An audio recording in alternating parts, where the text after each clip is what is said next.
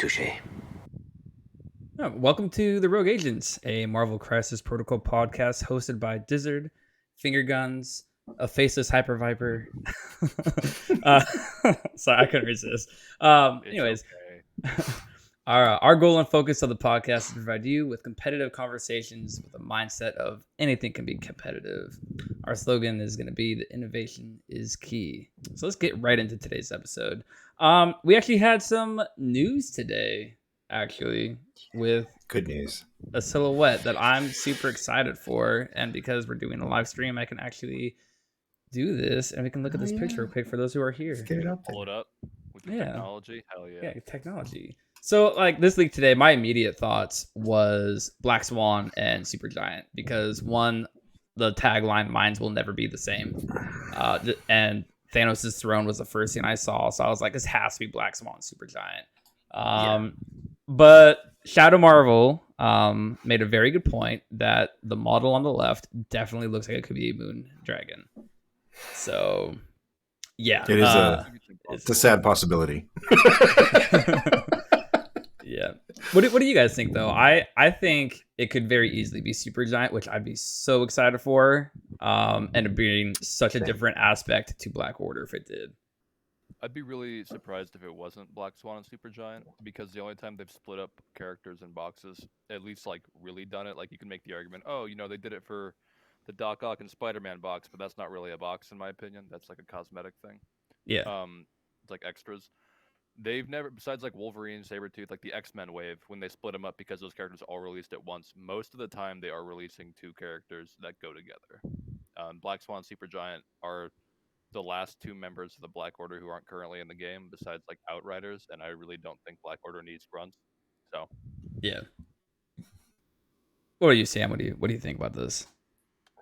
I think that the one with the tentacles and the hair is almost assuredly Black Swan. yeah. But I have some doubts about the other one. It's kind of dragon-esque there on that energy, and I don't know. The hood's not up. The hood is down, but the weird like moon dragon like pinnacles aren't there either.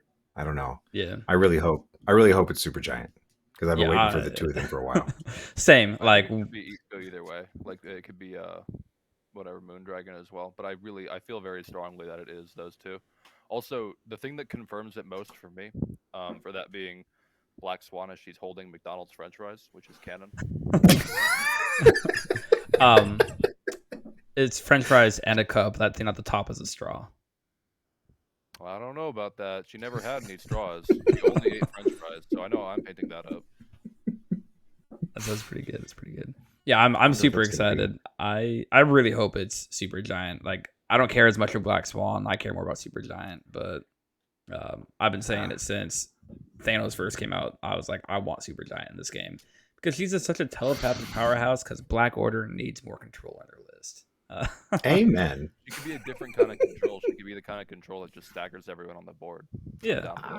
I'm hoping those possession rules finally get dusted off and applied to the game. That future proofing. Yeah. Well, what I think would be really cool is both of these characters are very big possession characters. Like, both of them. I'm excited for it. I can't wait to see who they actually are. So, yeah. Let's go ahead and move on. Hobby review from last week. Sam, did you complete your goal? Accountability check. I have a Dormammu. He's not quite done. I still have some highlighting and edging that I need to do here, but the purple's turning out nicely, and we got about 5 more passes on the eyes to make them look more like they're glowing. But I'm okay with it. I'm almost over Dormammu though. Nice. We'll see if the paint job is finished or if I'm finished with the roster first. What about you, Hyper Viper? What was your hobby goal?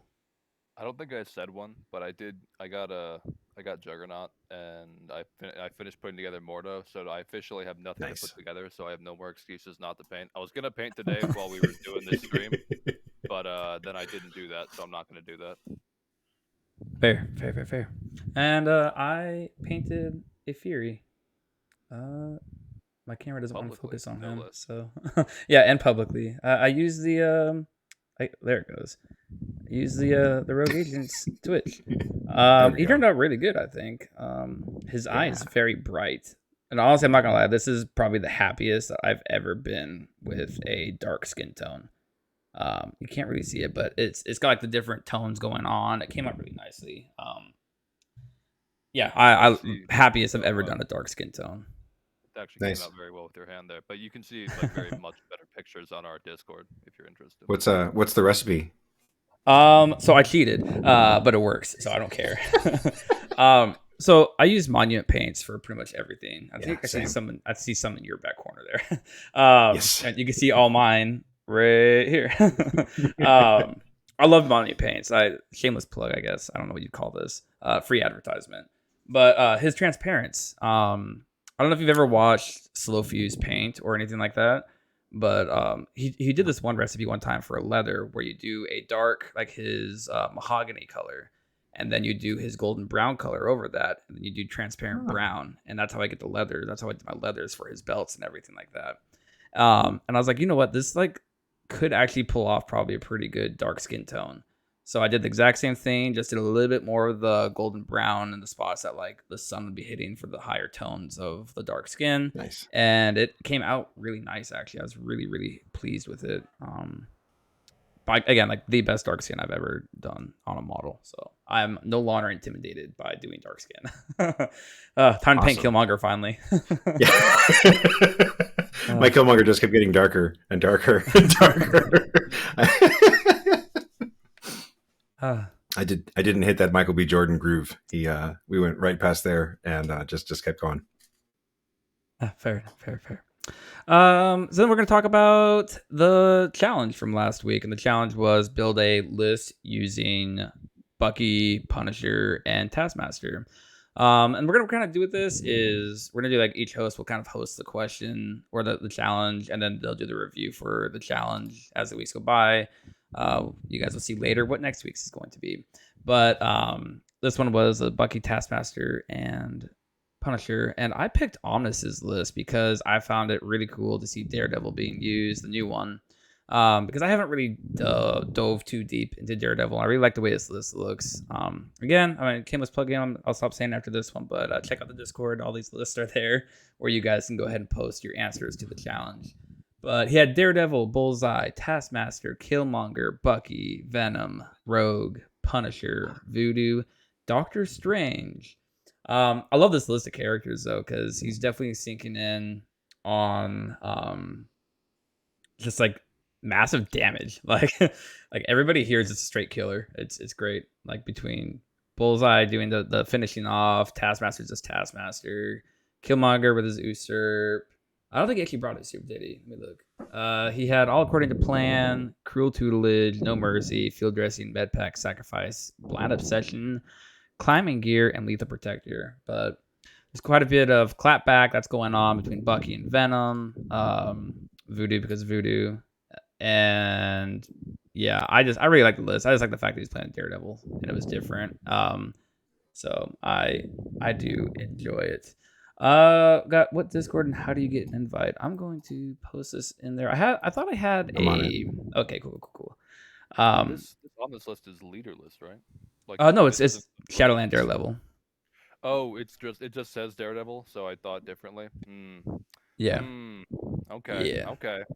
You're losing some points from me, not gonna lie. I like this list, so don't lie. Out of all the lists, it was the one that caught my eye the most, and I was like, ooh, that's cool. And yes, there was an X-Force list that was put in there just because it's me. But I chose Daredevil because I need to do something different every now and then. It's not Fury, isn't that? Daredevil leadership is so different than Cable's, right?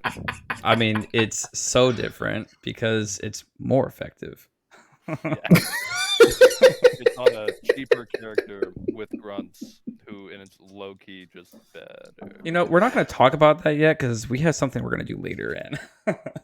I had a practice game against Shadowlands Daredevil this last weekend, and I solved the leadership. Just want to let everybody know, just stay off objectives and don't hold anything.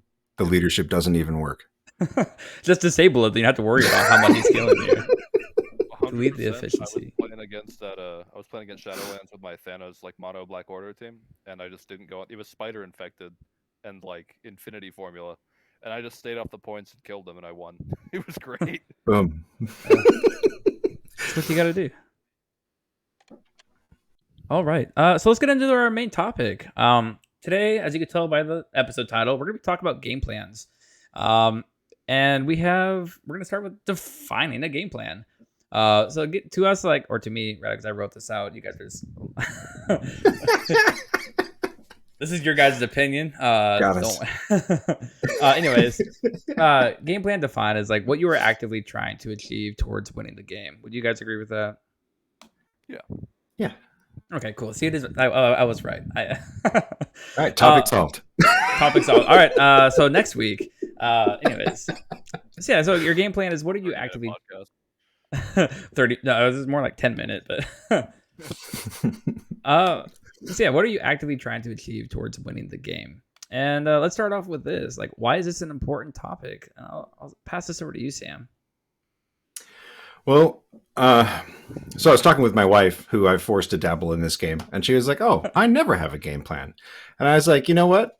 That makes it both easier and harder for me sometimes when we've played some games. But having a plan, it's really there's about 10 steps before you've got a plan put together, because you need to kind of identify what is on the board, what your victory condition is, what your opponent's victory condition might be, and which ones of their models are going to help them further their game plan, and which ones do you not want to interfere with your own. And so that's kind of where I start with a game plan in any kind of a matches. I'm looking at the characters and I'm looking at the crises, and I want to understand, okay, where do I start to eke some advantage out of this game from what's on the board? And I guess that's like the first step. It doesn't really answer the question of why is a game plan important, but I think a game plan is important because that is kind of how you find a path to victory instead of just putting some models down and rolling dice, which is also fun. Fair. What you got, Hyper Viper? Just like generally about a game plan. Ooh, that's a fun question. I don't know. Like, you always have a game plan, whether or not you're thinking about it. Like your wife, she might say that she doesn't know what's going on or whatever, but she's actually conniving and seeing 13 moves ahead, and you're just not smart enough to see it. I agree. Not that she's conniving, but she is seeing the Matrix, and she's 13 moves ahead. Yeah. Game plan is just like I'm bad at this because I'll accidentally win or accidentally lose because I don't do victory point math, because that's not entirely the reason why I play this game. But like that is something that's very important. Is you try and it's like the lines to victory, right? Is you can see like, oh, if I do this, this, and this, I win. If this goes my way, I win. And I usually figure that out at like the last step, like right before it happens. Like, okay, this goes my way, or I lose, or I win, right? But just like having that game sense to be like, oh, if this continues going this way, I am advantaged. I think that's the most important part. So I would say for me, it comes down to, I guess, and why I think this is like an important topic is the fact that if you can understand that your game plan should be constantly evolving, constantly adapting and changing with every single move that happens on the board, like, sure, you can start with your roster construction of like, I have a game plan of like, I want to play Black Order, I want to kill everything. Like that might change because Corvus might get one shot and then your opponent steals Prio somehow. I don't know how this is happening, but in my make-believe world, it's happening. And then they KO him, and then now you lost your biggest hitter. So your game plan drastically needs to change. So it's constantly evaluating and constantly adapting what you are actively doing to win the game. So that's kind of how I look at it. Is what do I like? I think Sam worded it pretty good with the whole like figuring out basically what your avenues of success, I guess is the best way to put it. Yeah. How do I want to win? Yeah. How do I want to win? How do I want to win this game? How can I win? Like, how can I win? Yeah, that's good. There's another part to a game plan, in my opinion, that I like to not like set plays. Like I'm not like the like pentagrams plays like there used to be, where you're going to just throw out an exact thing every single time. But having some ideas of how to approach your own crises is really an important part. especially now with the random crisis. You want to know at least what you want to do. Maybe you don't get the points, the threat value that you want, or maybe the dice start to go awry. So pivoting is always a huge part of that. But at least knowing roughly where you want your models to be set up so that you can interact with the crisis to gain that early points advantage as much as you can without overextending or putting yourself in a bad spot. That is something about random crisis that really brought up, because it used to be you would take 2 crises that you really want and one that you put there to scare your opponent, basically. And Yep. now it's you want 3 that you have either as good as or like the best game on that crisis. Like you pick crises that you are the best at, right? So like you all, even if you get your secures or your extracts, there's always one side of it that you excel at, which and then either you're capitalizing on that or you're going for both. I think I worded that poorly, but yeah. I think it makes sense. Like, it's, again, what are you actively doing? I think this is more like I think understanding the game plan really comes down to more of like, I guess it's being proactive and reactive at the same time, like advancing your personal game plan of what you're doing and then reacting to your opponent's game plan to try and thwart it, right?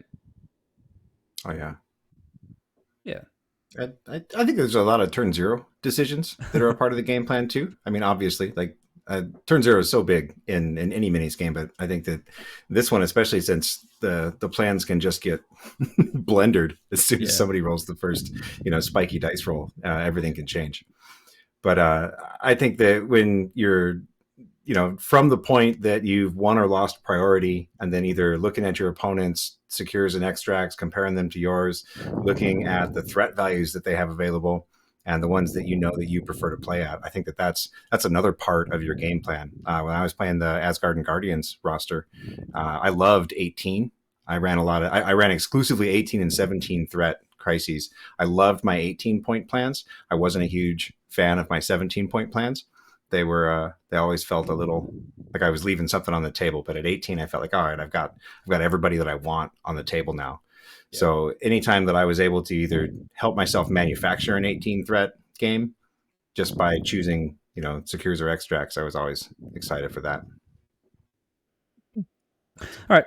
My next question for you guys, we'll start with Hyper Viper with this one. And that is there more to a game plan than just attrition, control, and kill? Absolutely. You can't really you can run a team that's pure kill, right? Or you could run a team that's pure control or pure whatever. But it's very unlikely that you're not going to dip your toes into those other pools. Like, even if you're playing, like, full control Web Warriors, I'd be really surprised if you didn't throw a single attack that game. Even if you are playing, heavy attrition, like Shadowlands, Daredevil, nothing but rapid firers, I mean, you're not just going to not sit on the points.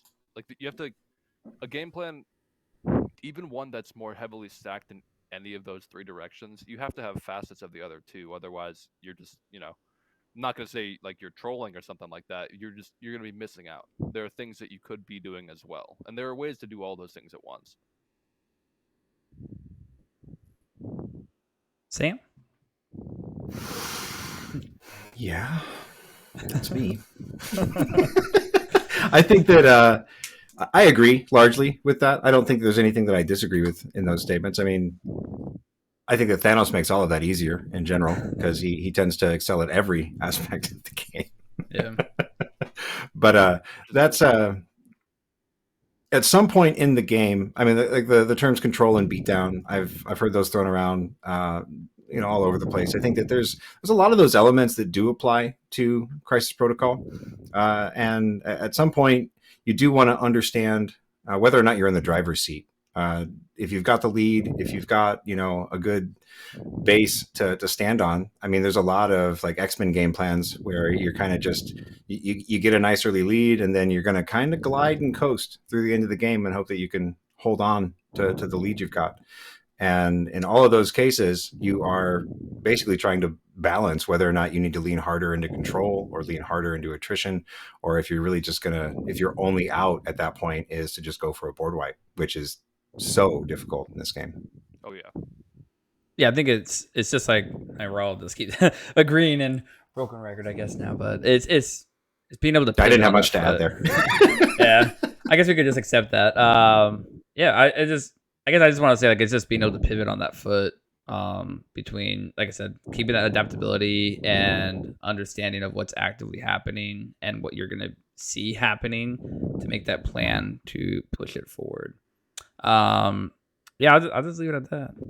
I think sorry to interrupt, but No, you're the good. pivot as well is something that's like a very important skill to learn is Yeah. knowing when you need to switch from any of those single game plans to something else. Like that's something that I've heard talked about a lot. Like when we watch like the top eight at TTS or whatever, is like, oh, this is the turn that so and so realized I'm not going to win on points. I need to pivot to attrition and try and beat them down. They are Yeah. outscoring me at this point. I need to shift my game plan. That's a very important skill to have in this game. So, what is something that you could recommend to either newer players or even people just trying to understand this concept more? Like, what would you recommend to them?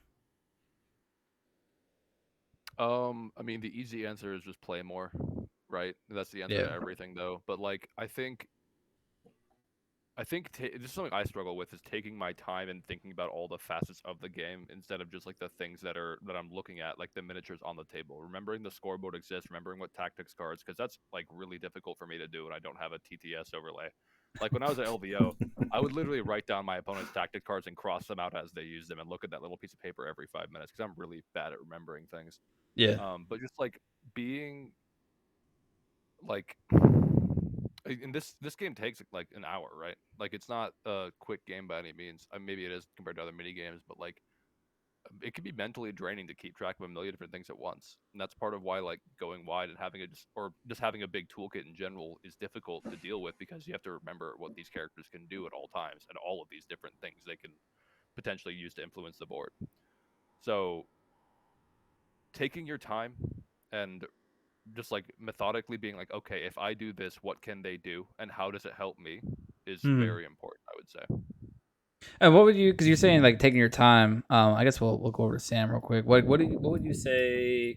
Like I've seen like a lot more like in real life tournaments and even TTS cuts now are using clocks. Like, do you think that this could create some intimidation for somebody who's not used to thinking like this, or somebody who just isn't nearly as practiced with clocks and working with that? Like, what's something you would say with that? I think. Oh, Sorry, go sorry. ahead, Sam. No, Go ahead. I mean, I worked with some guys last night on clocks. Like, let's take a look at it because we got a couple of new players. We got an LVOIS qualifier that we're doing in Greenville this coming weekend, and so I made I'm the organizer for that, and I decided that we're going to do it on clocks because the last couple of events that I've seen and heard about, we had a lot of games going to time, and I don't want that to be what everyone remembers from their day at this qualifier. I was more comfortable with people being like, all right, the clocks were hard, or I didn't like the clocks. Like, let's get an opinion about it instead of like, well, we had a lot of games go to time. Then that was, how so and so won the whole day, or how so and so lost early. So I wanted to play with clocks, and I wanted to work with some of my local guys on clocks. And so some of my guys have come over from other games, and they've got experience with clocks, and we've got some other guys that haven't.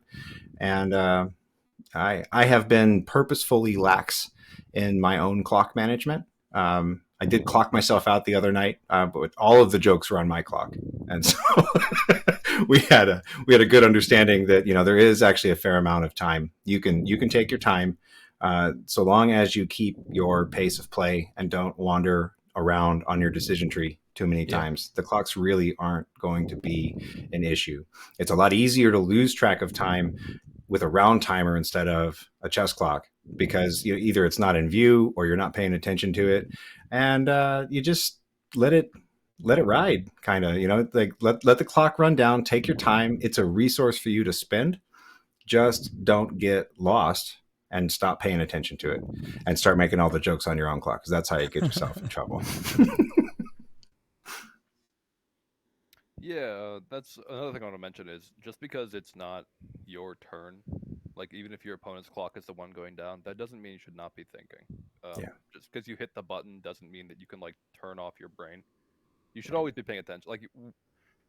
I'm a very like I don't know. There's something in my brain where when I'm doing something, especially like a game or like boxing or blah blah blah, it's all I can think about. Like I'm a very like single-minded person. So when I'm playing Marvel, I get as laser beamy as I can. And I know I was just talking about how I forget about tactics cards and shit because I'm a human being. But I try and just like if I'm sitting there playing the game, I'm not pulling out my phone. I'm not like looking at Discord or whatever. I'm there to play, and unless I'm having like a bad time, that's a different conversation. And usually it doesn't happen because I love this game. But yeah, you should like even if it's not your turn, um, you should be analyzing like what I try and do is put myself in their shoes and be like, okay, if I'm this person, I don't know why I'm playing like a steel team full of web warriors, but if I'm this person, what do I do in their position, and Yeah. how can I stack the deck more in my favor? And then so for me, I'm like, okay, so if they do that, I do this, and blah blah blah blah blah blah. And once you get kind of like a good game sense, you're not going to be seeing like the future or whatever because like there's dice and there's independent factors and players are different. As we talked about many times on this show already, people have different plans for what they want to do and how they like play styles for this game. Yeah. Like my black cat is or my whatever is very different than your whatever. Um, so just like thinking about what you would do and trying to see the avenues is very important. And again, just because you hit the button doesn't mean it's not your turn in a sense. But also, Yeah. I've never had a game go to time really. I find that like if both players are doing their thing, that doesn't really happen. Um, like an hour and a half ish, hour 45 is usually a decent amount of time. The only game that I've like gotten kind of risky on is when and I'm gonna throw a little bit of shade, even though I love him. But Omnis made me play it on an unmarked map at LVO just because it was convenient, and I had to set up everything manually. So me and my opponent were like, "This is awful." We literally we taped down the secures to make sure they didn't move. But again, no hate. You can bring that on. LVO was fun. That's good. That's good. I guess my piece on that would be like get practicing with them. Understand the timings of the clocks because like if you are doing something and your opponent is like playing something, I don't know, like Wakanda, and all of a sudden they're taking like 20 seconds to make a decision if they're going to do a Wakanda reroll or not. Like you have all the right in the world, in my opinion, to pass that clock to them after like 3 seconds.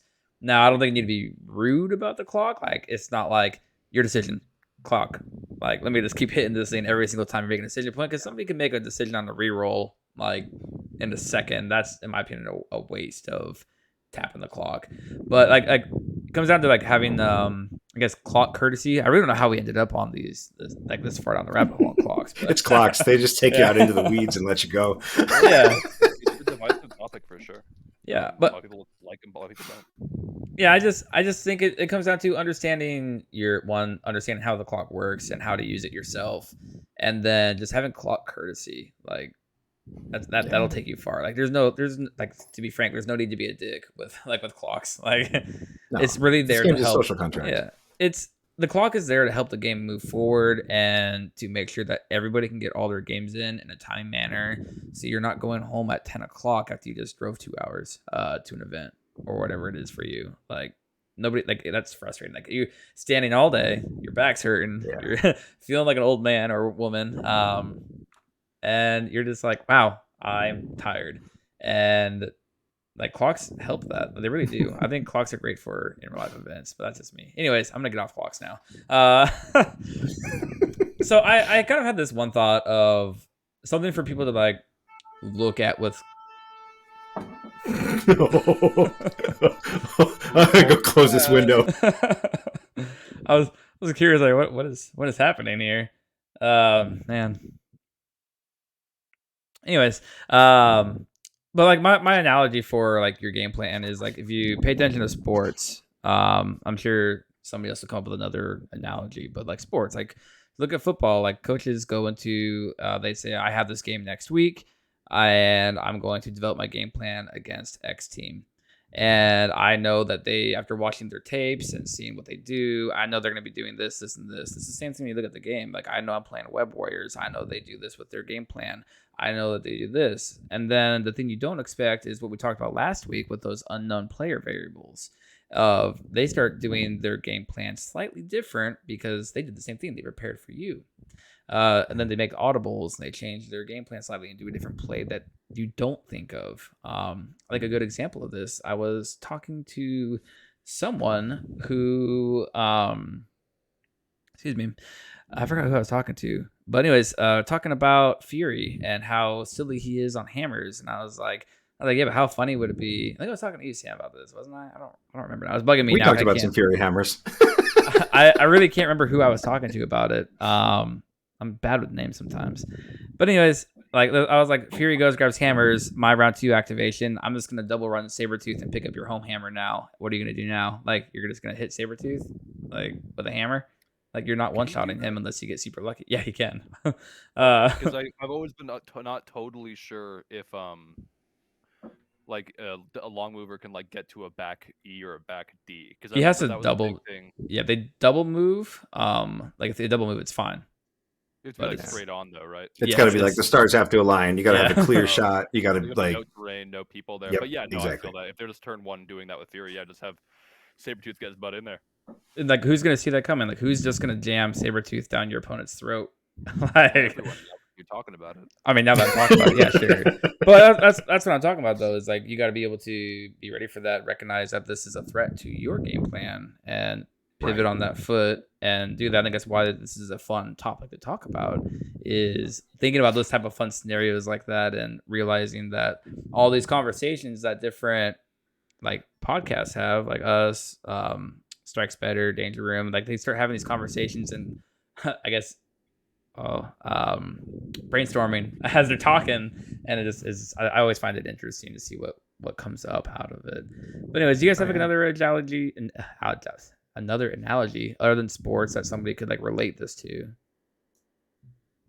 I got so investments. You have tactical and you have strategic investment types, right? So, not to give any investment advice, but the general idea is that a strategic plan is a long-term plan focused on basically the big picture, where a tactical plan is trying to take advantage of certain things that are happening right now. So your strategic plan, right? You can have a strategic game plan. You know how this player plays because you've played them so many times. You know that they're incredibly aggressive, or they're incredibly cagey or tentative. You know how X-Force plays, or you know how the Avengers game plan wants to work. You know how the Guardians like to play, right? So those are kind of the strategic decisions. But then the tactical decisions come into play like, all right, I came out here, I just whiffed on all my entire deadly duo and 2 other rocket attacks just whiffed. I have to pivot. I have to have a new tactical approach in this game. Otherwise, I am in trouble because I just kind of shot my big play, and now I'm down resources. I may be out of position, and my current tactical position is very bad, and I am no longer on course for my strategic game plan. So that's the kind of thinking I think that helps get the idea of when you need to pivot, and when you've got a strategic plan that never takes anything that you have to worry about. Like, it's just keep on going, follow the plan. We're going to get through this, and sometimes you need to audible when something goes wrong or when something doesn't look right. Keep on thinking of like the app that you listen to books on when you guys say that. Can we say pivot? I just think of basketball. Like because I played basketball when I was a kid, so I don't know why whenever I hear the word pivot, I just imagine a foot pivoting. I just see that's what I see. Yeah, you're pivoting your foot to go in a different direction. Yeah. Oh, all right. Where was I gonna go next? I forgot about this. Oh yeah, so Sam, how do you avoid getting that tunnel vision of your game plan? Because I think that's something that somebody could fall easily into a trap of. Is I'm playing X-Force, and I know X-Force because Dizzard doesn't shut up about them. Just wants to kill things and be aggressive. So like, that's all I do, right? Like I just be aggressive and kill things, and I win games. That's how it works. Like how do you avoid that thought trap? To be perfectly honest, I'm not sure I'm all that great at it. Fair enough. A couple of my real standout losses that I can remember are all tunnel vision losses. I got locked in on a plan. I got locked in on basically a board state. Got kind of locked in my head, and I thought, okay, so long as I do X, Y, and Z, then I can prevent this from happening. But then you zoom out and you realize, oh wait, that wasn't going to happen anyway, or this wasn't the right character. I had one of the losses I had playing Black Order against Web Warriors, I got locked in on trying to take out a Miles because I had an early spike, and then he managed to do. I managed to do like absolutely nothing to him with 3 activations out of a Thanos, or 3 actions out of a Thanos on the next turn, and it's like, oh wow, okay. So I at that point attempted to pivot, but it was too late. Fair. So I'm learning. I'm still learning that one myself. That's all. Fair. I think it's actually like cool to think about this, and like I think this is probably the most beneficial part of this conversation. Hyper Viper, what do you got? There's a great Mike Tyson line that I try and keep in mind. It's everyone's got a plan to get punched in the mouth. So, like, you can have a plan. But and there's another fun line that's been used in like a million different things. But I first heard it on Young Justice. It's no plan survives first contact with the enemy. Mm-hmm. So yeah, you can have a plan. Like you can talk about. I was playing my Avengers list. You can watch all my little games on YouTube. Little self plug there. But like I had a lot of extract stealing garbage that I'm kind of trying to get away from because it's not as fun for me anymore. But it is very good at winning the game. You just kind of run over the whole board, and score the board faster than anyone else can do it. It's pretty gross. But doing that, what am I talking about? Sorry, my brain. Not falling into the trap of being like tunnel vision by your game plan. Yeah. What do you do after you get punched in the mouth? Yeah, so a great example of that is I was so Black Panther on spiders. I was playing that against Criminal Syndicate. I double moved and grabbed a spider, and then I got shot for 3 damage off of a Kingpin strike, and I was like, oh fuck, what do I do now? So I had to be like, okay, there's a hood standing right there, so Black Panther's probably gonna die. I need to figure out how Black Panther getting flipped and becoming infinitely less tanky on turn 1 does not completely end the game for me. Yeah. So just being able to like figure out like what I ended up doing, I think is I just moved Steve up to bodyguard for him. But like just a way to make that spike not end the game for me. And we're getting a little bit of conversation in the chat about what we're all drinking out of. I'm drinking out of a big thermos. Is it a Stanley thermos? It's a Yeti. Oh, you're classy then. It's need a white trash that up a little bit. Oh. Anyways, I think there's another time to pivot too, which is when you see a time where you've got an advantage. I think that's a lot. I don't know if that's easier or harder. I feel like I'm more proficient in identifying when it's time to pivot like into something that my opponent has done wrong or that has gone wrong for them to take advantage of that than it is to not have tunnel vision myself. I think those are kind of one and the same, right? Like if your opponent has priority and they go with their big beater and they accidentally leave someone on 1, you're like, oh, I have the advantage to go with my character who's on 1 now and get an activation out of them. Yeah. I guess my turn. I've been thinking about what I actually do because this question was not written out. I know the feeling now. Anyways, we'll do it live. Yeah, doing it live. I guess like in my head, I'm like, do I actually think about a game plan when I'm playing, or do I just kind of like, I don't know what I'm doing here. I'm just playing the game. Yeah, like the best 13 game plan. 13 steps ahead. Yeah, but the best game plan is no game plan. Like, get on this level. No, seriously though. I think the best way to look at it is like how Hyper Viper was talking earlier. Use like your time while your opponent is doing their turn, and thinking about what routes you have. I have. Okay, I'm trying to like avoid saying like X4 stuff. Like in my head, Don't worry. In my head, like the name Honey Badger popped in my head, and I was to go with Honey Badger as my example. I'm like, let me go somewhere else. Anyways, my opponent's going. I'm looking at the board, seeing what they're kind of doing with. I'm like, okay, well, I have Fury who can go over here and he can do this. But at the same time, the Grunt's gonna go over here and do this. Or I could potentially take Toad and go and run this line. I look at all my lines while my opponent's going, and then like using that that time frame to actually like think about what the most appropriate plan of action is going to be, instead of it coming to my turn and being like, okay, what do I do now?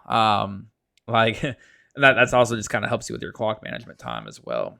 But just being aware of everything going on, like being actively attentive, like being that active listener, like be that active gamer. Don't just like zone off and get on your phone or start having a sideboard conversation with somebody else who's not even at the table.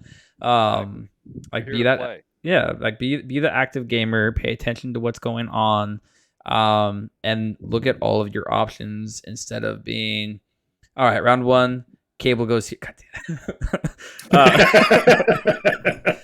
Round one, I'm just gonna roll with it. Cable goes up and he does this. Round two, X23 is gonna go over here and do this. Turn three, Honey Badger goes here and does this. I have this so set in stone that I'm doing these exact things every single time, and it's just one. It gets super projected. Your opponent will just see what's going on easily because it's the plan that makes the most sense. Sometimes the best option is something that like your opponent just doesn't see, because then it makes them go on their back foot and you're upsetting their game plan because they may be expecting you to go with 23 or with Honey Badger or whoever, but instead I'm just gonna go over here and run off to the side and kill an activation. Now what? Like now I make you have to move. Yeah. So it's kind of interesting to think about it like that, and that's kind of how I try to avoid the thinking traps. I'm not very good at it myself because I get into a bloodlust, especially when things are very well going my way, and X23 is just on a chain of killing things, and I'm like, yes. And then next thing I know, the game's over, and I lost 16 to like 12 because I just went completely down the rabbit hole of killing things. So it's like it's being attentive to the whole entire board state, not just like models, locations, health, tactics cards. Yeah. But like positioning and what is the score out at the end of this round. That is something that I think drastically changes what your game plan needs to be. And that is, what is the end round score out currently? So what I mean by this, if those who don't quite get that, is I look at the board state. My opponent is currently, if the round ended right now, my opponent's scoring 3, I'm scoring 3, whatever it is. It doesn't add up or whatever.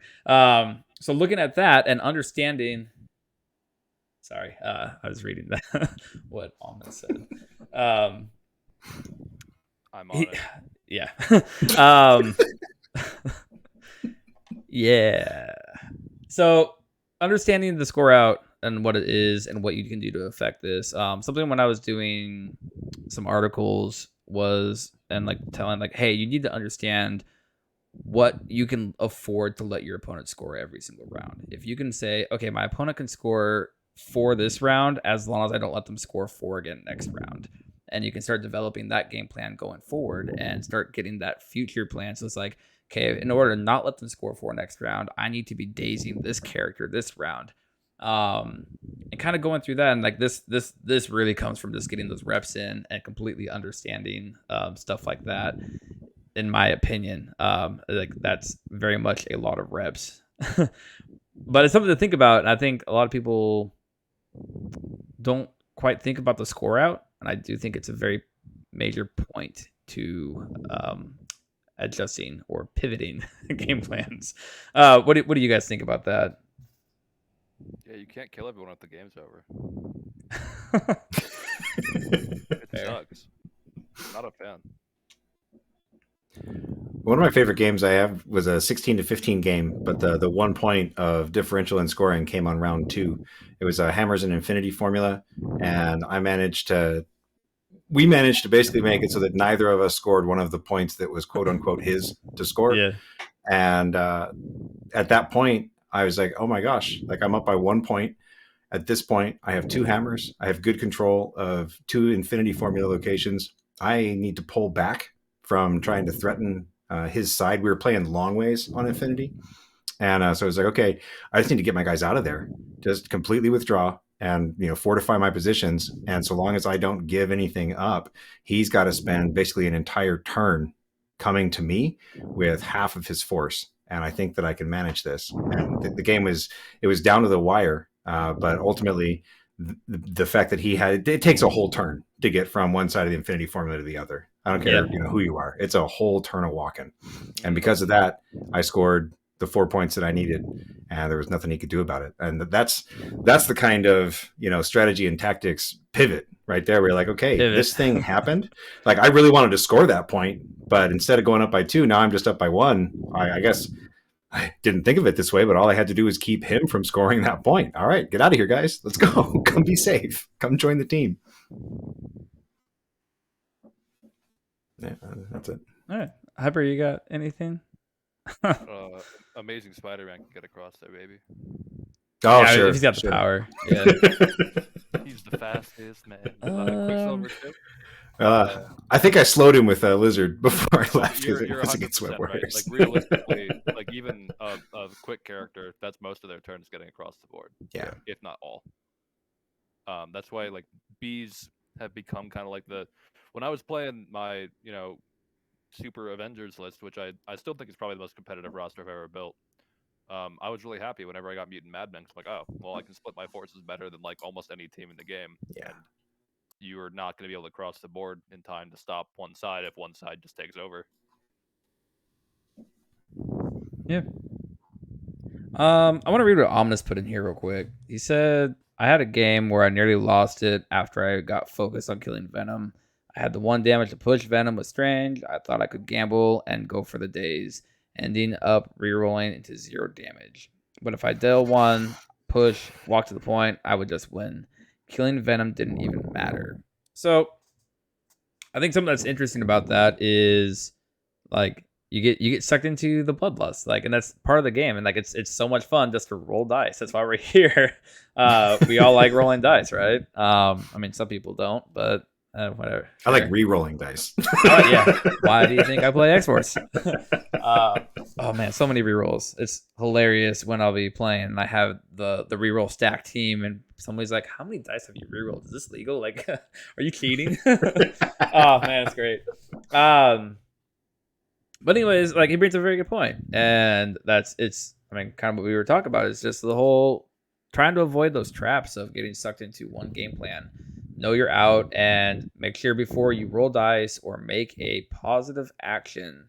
I think that's probably the key phrase here. Before you making a positive action, like picking up the model to move, rolling the dice, or declaring an attack, anything like that. That positive action before you do anything. Think about what you're doing and make sure that there isn't like a different opportunity.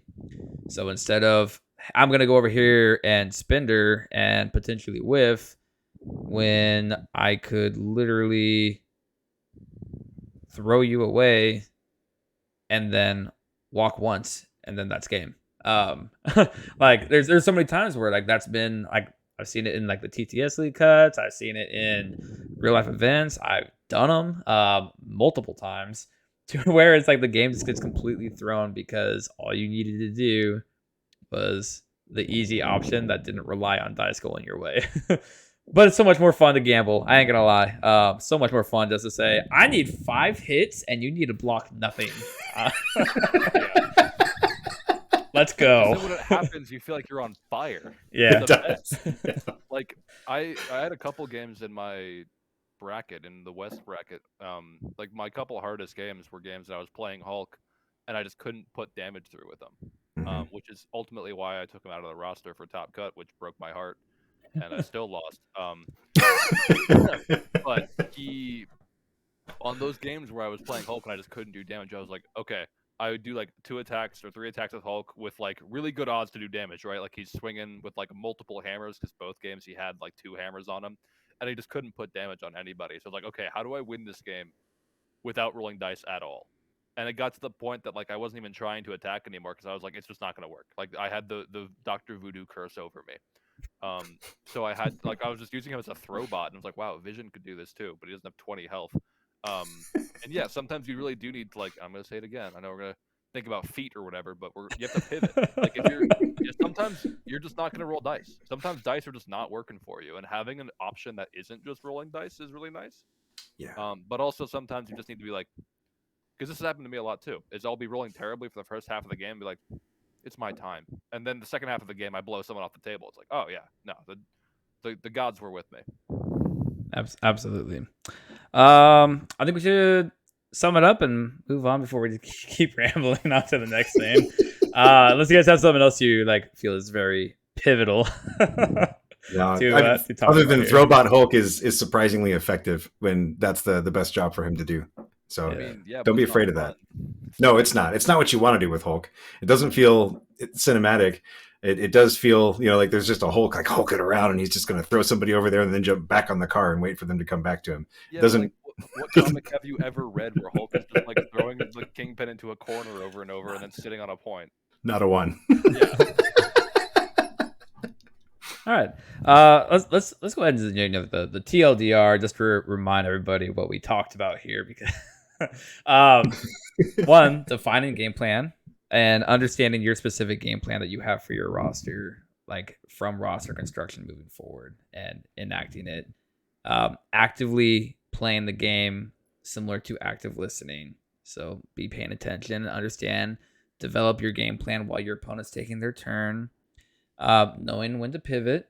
Might just rename this episode to "It's Pivotal." I like it.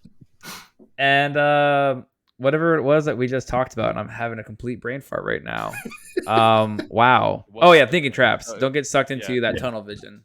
Yeah. Anyways, so that's pretty much like what it comes down to game plan. I think those few key points right there really sum it up when you're looking at a miniatures game in general, specifically here MCP.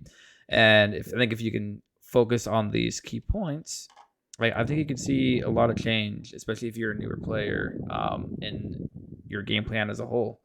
It's fun. It's fun.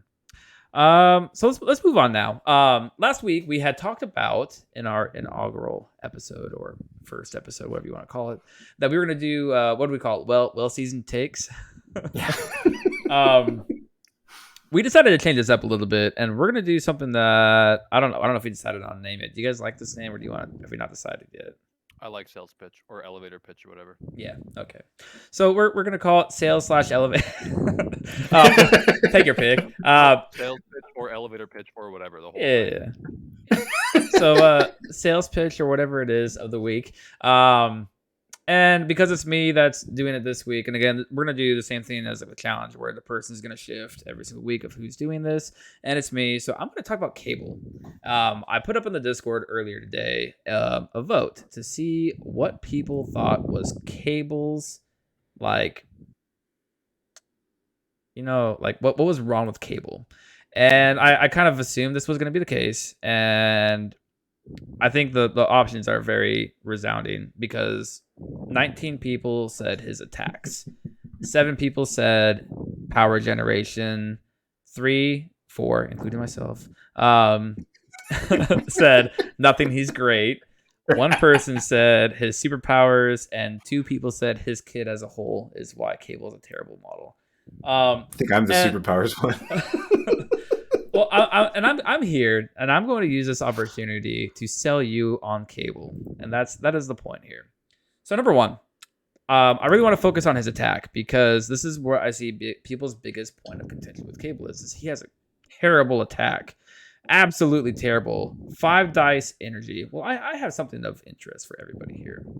I went through today at work, don't tell my boss, and went through all of the characters in MCP and got an average defense for physical, mystic, and energy. Didn't really take very long, actually, because it's super easy with math. Because I hadn't found like anybody that did a spreadsheet on like average defenses. Like everybody just kind of assumes that energy is the lowest defense, right? Because it's just what you see the least of being like high numbers. Now, Hyper, if I had to ask you, what do you think has a higher average defense, physical or mystic? Ooh, between the two of them, I don't know. We've gotten a lot of characters that are higher on the mystic recently, but I think overall they're probably extremely close to equal, if not mystic just edging out by a tiny bit. And I swear I'm not looking at statistics right now. That's just my genuine guess. What about you, Finger Guns? Between physical and mystic, yeah, I think after the recent wave, it's got to be mystic. Okay, Mystic's got it's a slight advantage, I think. All right, so the body I did I just did an average. I just added all of them together, did an average. Physical is at 3.22. Energy is at 2.99, and mystic is at 3.29. So mystic beats physical by 0.07. Wow. That's like nothing, yeah. Oof, mystic attack's the worst. You heard it here first. But I think like this also just goes to show like the spread between these three numbers really isn't that great. Like between the lowest being energy at 2.99 to Mystic being 3.29, that's only That's a 0.3. decimal place. Yeah, that's nothing. Granted, like the thing that I think that needs to be looked at though more in depth is what characters people are actually taking. Like, yes, that's going to skew a lot of things. If we're just looking at average defenses across the board, then this is something to consider. So, saying that Cable has the energy attack, which is into the worst defense across the board, yes, that is a fact, but it's not by much. But I just thought it was interesting to bring that up. But so here's my things with Cable's attack. He is a range 5. 5 dice energy, right? If you look at all the other 5 threats, Cable is the only one who has a 0 cost range 5 attack. Everybody else is a 4, and most of those 4s, like those 4 range 4s, are also 5 dice. There's a couple of 6 die ones, but majority of them are 5 dice, and they're typically physical. Yeah, I was thinking Thor, but no, you're right. He has cost power. Mm-hmm. Yep. So all the 0 costs, Cable has the biggest range 0 cost attack with the most dice for that range 5. That is at 0 cost. Specifics here. I'm trying to make this sound really good. But Dizzard, don't Rocket and Hawkeye have the same attack? Yeah, they do. They absolutely do. Except for we're talking about 5 threats here and comparable speaking. So we're not going down that rabbit hole right now.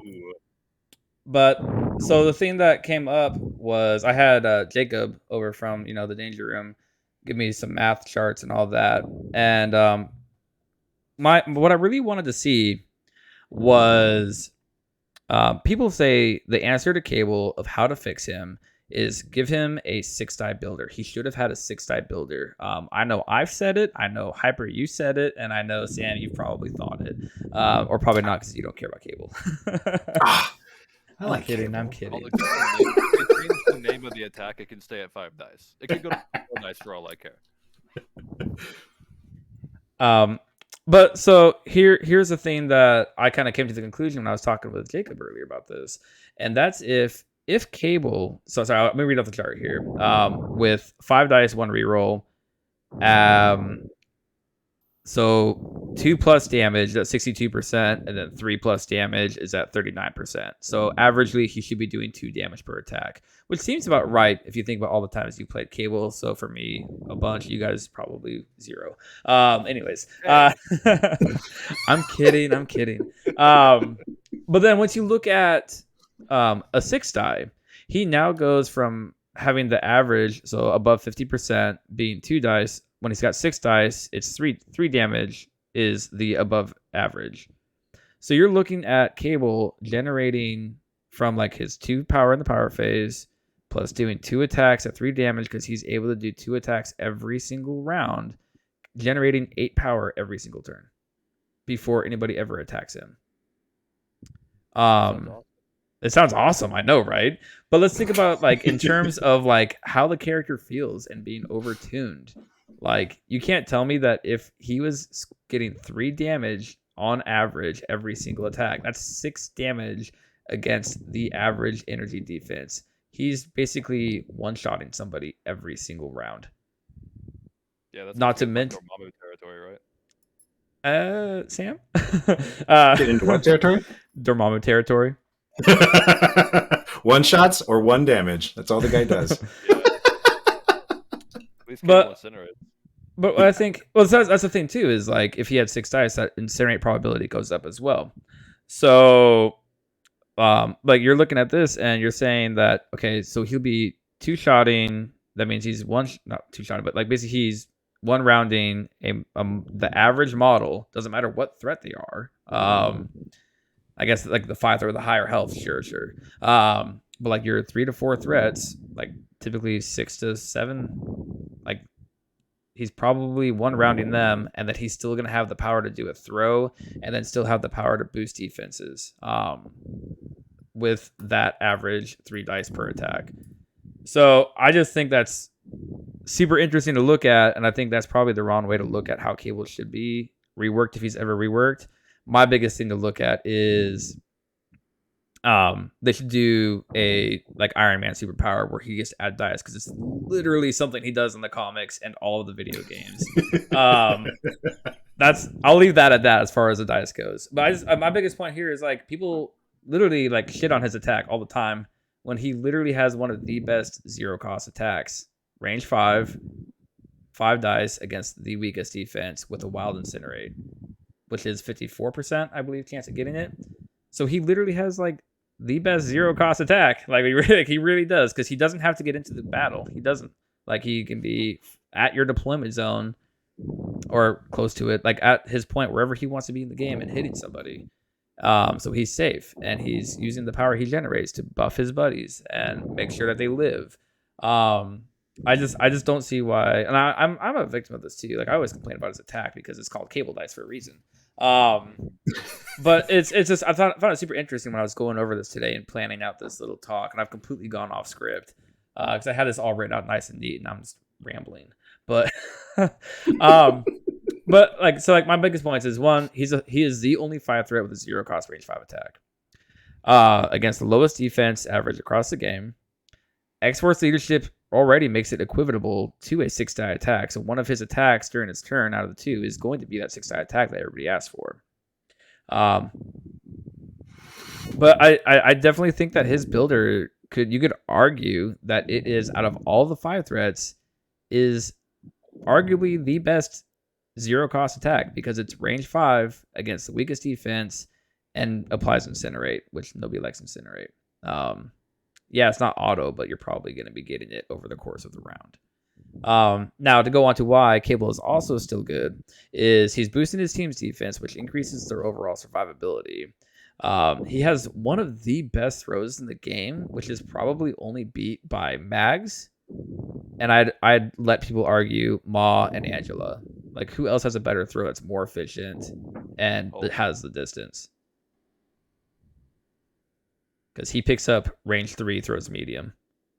But Hulk pays what, 2 power to pick up within range 2 and throws it medium. Isn't that Angela too? She's that's her too.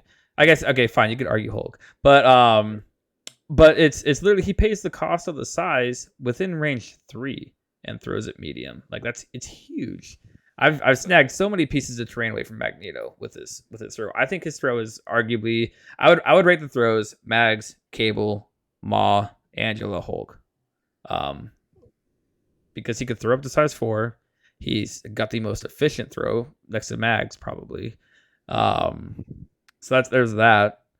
And yeah, I don't know. I would argue that he's actually higher up on the tier list of 5s. I'm not going to do a tier list, but it's just the easiest word that comes to mind.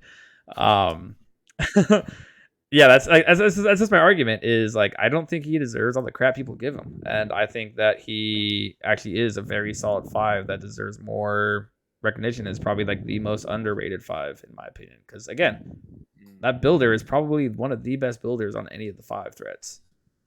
Just saying. It's certainly good. Are you guys sold on Cable? Did I sell you?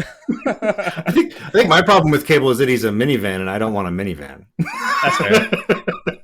That's fair. I mean, I'm definitely sold on Cable. I'm gonna try and fit him in my games a lot more, especially since I'm like playing X-Force now. I've been converted. I'm on a podcast with Digit, so I have to play X-Force. It's an obligation. However, the thing that's happening here that's making me unhappy is that you're rating Hulk lower than Angela for throws, even though Hulk is throw. It's the same. It's the same. Let's put a little bit more respect. Excuse me, can she just play Juggernaut? No. Okay. Fair enough. Fair enough. And also you were talking about tier lists.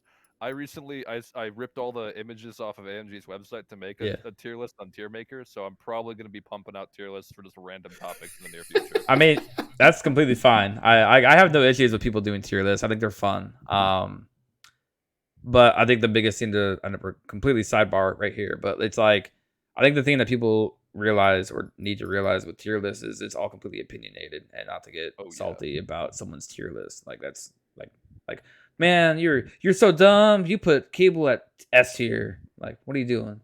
Like, It's just if it's opinions. Like let them have their tier list. Like that's I'll stop. But Okay, so I studied journalism for a long time. yeah, There's no such thing as someone in this world who exists without bias. It is completely Yes. impossible to write anything without bias. Doesn't matter like how pure you think you are, or like how unbiased or like just writing the facts you think you are. There is no way in this world to be unbiased. So when I make a tier list and put Thanos at the top, that's just because I like him, and he won't be Yeah. at the top. Fury will be because I hate Fury. That's the tier list you should do. Be like, characters I love, characters I hate. This is the S tier of characters I love. I love these characters the most. Yeah. It'd be like 4 characters on the top and then everyone else on the bottom. But no, I think Cable's cool. Staying on topic, I think Cable's really cool. I obviously have a lot of love for the character based on like my name and just, I've been trying to shove Cable into every like video game I've been able to play since I was like 4. I love Cable. He's a cool dude with a gun. He goes bang bang. Messiah War is one of the best comic books ever written. Agreed. Yeah. Robot arm, robot flashing arm. eye, looks good. Yeah. Like actually, I like Cable more than I've gotten credit for on this cast. I even put a teddy bear on mine. I'm sorry. Not like Cable love. I'm not used to it. I'm not used to people liking Cable. But something I forgot to mention though, on the talk is like I was mentioning if he had a 6-die builder, he'd basically be generating 8 power every single turn. Well, that means with his 5-die builder, he's generating 6 power every single turn, which I can actually say from like experience, that's about average for what I get every single turn with Cable. This is before damage is dealt to him, which means that he's able to either shield 3 people, or throw a size 4 and shield 1 person, which is pretty efficient if you ask me. I think he just gets a lot of crap for those dice that he just whiffs. I mean, I call them Cable dice for a reason. Because it's so upsetting. I mean, everyone whiffs though. That's the thing. It's a dice game. Like whatever character it is, it could be strange. He's gonna whiff, and he's gonna reroll all of his dice because that's that's just how he works.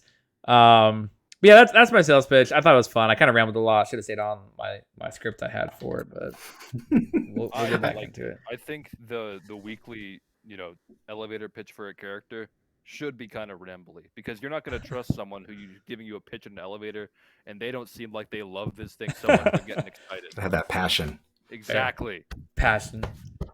I can hear it in your voice how much you care about it. I also think that if they give him that Friday AI boost, 5-die attack that incinerates you followed up by a 7-die attack from range 5. That would be sign me up. That would be so nasty. Yeah, he would be probably a terror. Yes, like it's scary. Yeah. The only thing that they truly need to change on his card is make the leadership just once per attack. That's all. I mean, that's also going to be brutal, but yes. Yeah.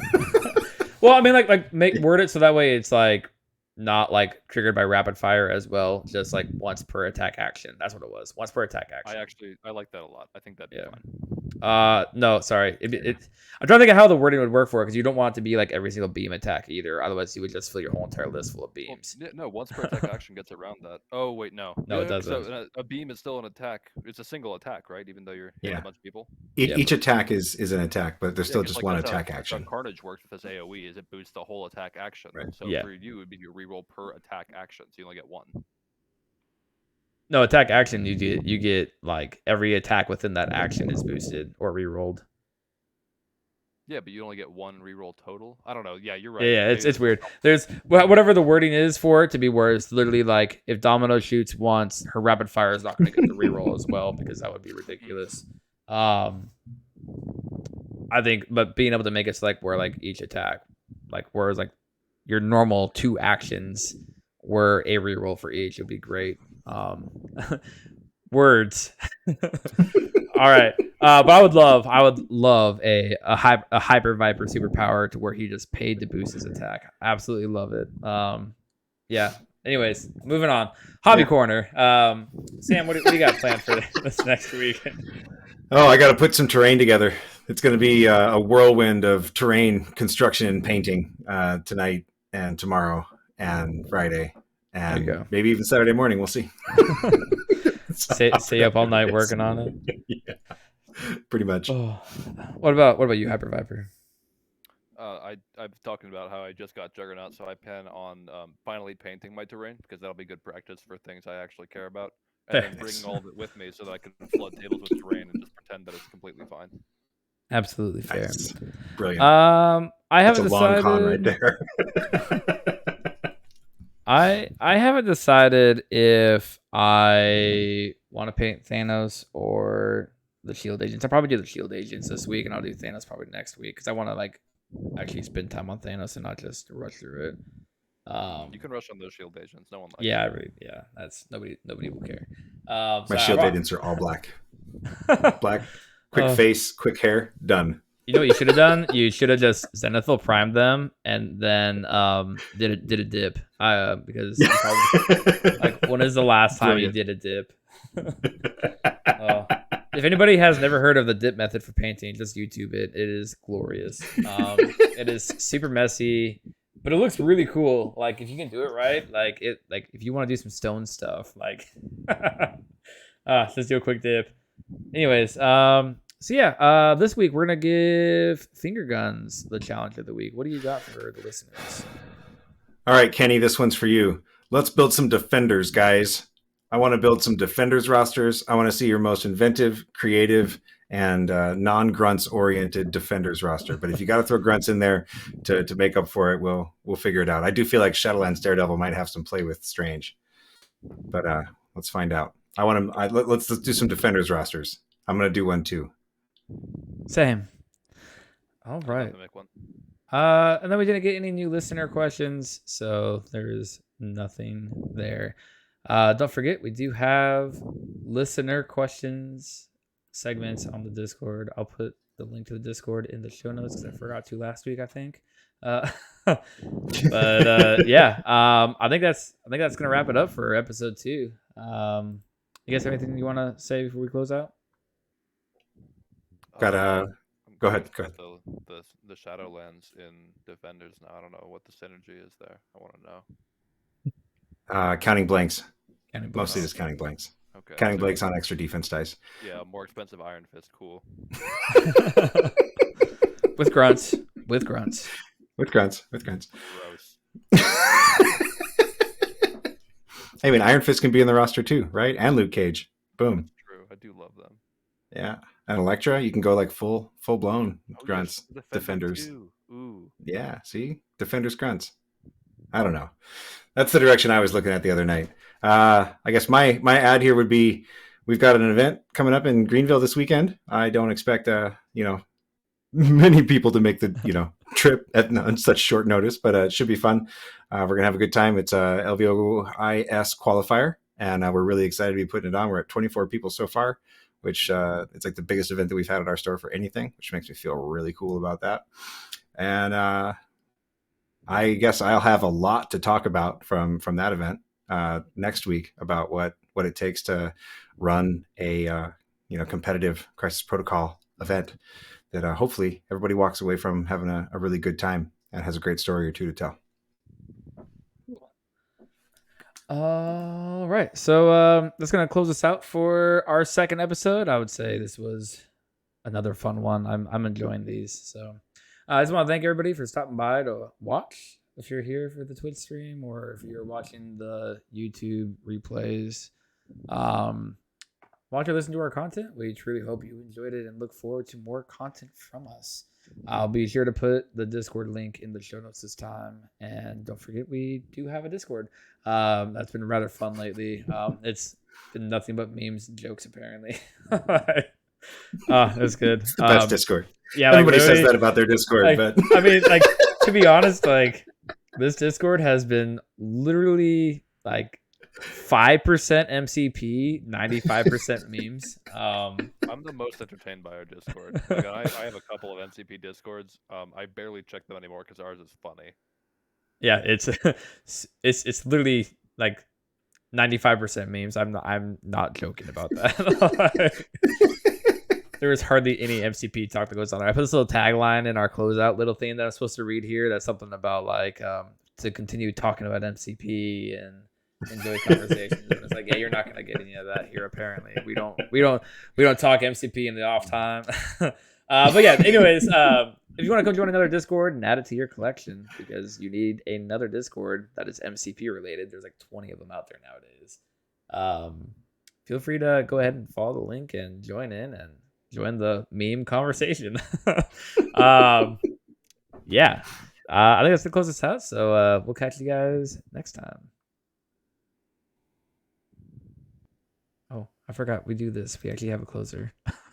Professional. All right. We'll catch you guys later.